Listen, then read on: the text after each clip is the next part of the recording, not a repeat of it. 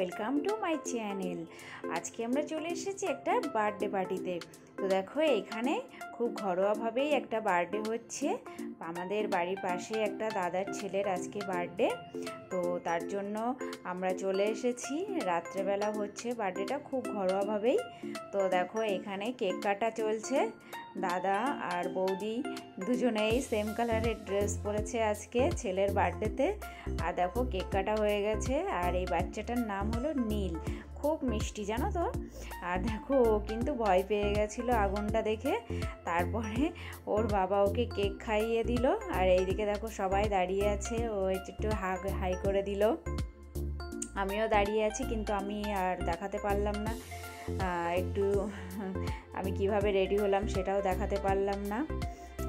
তারপরে দেখো ও একা একাই কেক খাবে, ও কাউকে খাইয়ে দিলে সেটা খাচ্ছে না, ও ওর মাকে দেবে আর ও নিজেই খাবে।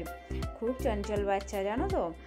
আর দেখো এদিকে ওর মামা ওকে বলছে যে আমাকে একটু কেক দাও, কিন্তু ও দেবে না, ও নিজে একাই খেয়ে যাচ্ছে।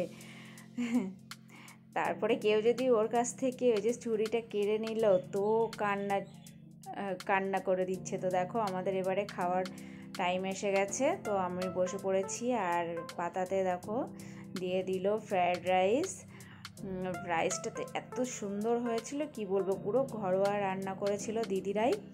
তো তারপরে রাইসের পরে এইখানে দিয়ে দিল দেখো কেকটা তখন সবাইকে দেওয়া হয়নি। তো তারপরে যখন সবাই খেতে বসলো তারপরে পিস পিস করে সবাইকে কেকটা দেওয়া হয়েছিল। তারপরে দেখো রাইসের সাথে চলে আসলো চিকেন কষা, ঝাল ঝাল চিকেন কষা আর ফ্রায়েড রাইস কিন্তু ভীষণই চাই। আমার তো ভীষণ ভালো লাগে, তোমাদের কেমন লাগে সবাই একটু কমেন্ট করবে। অনেকে রাইসের সাথে আলুর দমটা খেতে ভালোবাসে, চিলি চিকেনটা খেতে ভালোবাসে, কিন্তু আমার এই ঝাল ঝাল চিকেনটাই খেতে ভালোবাসে। তো কার কার ঝাল ঝাল চিকেন ভালো লাগে প্লিজ কমেন্ট করবে। আর তারপরে দেখো আমরা এখানে খাওয়া শুরু করে দিলাম। এদিকে দেখো ও প্রথমেই কেক খাওয়া শুরু করেছে। ও আবার ভাতের পরে মিষ্টি খেতে পছন্দ করে না অতটা, তাই আগেই কেকটা খেয়ে নিচ্ছে। আমার আবার ভাতের পরে মিষ্টিটাই ভালো লাগে, তার জন্য আমি কেকটা শেষেই খাবো। তারপরে দেখো এইখানে এখানে স্যালাড দিয়ে দিল, পেঁয়াজ শসা টমেটো এই স্যালাডগুলো দিয়ে। আর এখানে দেখো আমি একটু কেকের পিসটা দেখাচ্ছিলাম তোমাদের। তারপরে দেখো আমাদের প্রায় ভাতটা খাওয়া হয়ে গেছে। এবারে চলে আসলো আমসত্ত্ব মানে আমের আচার।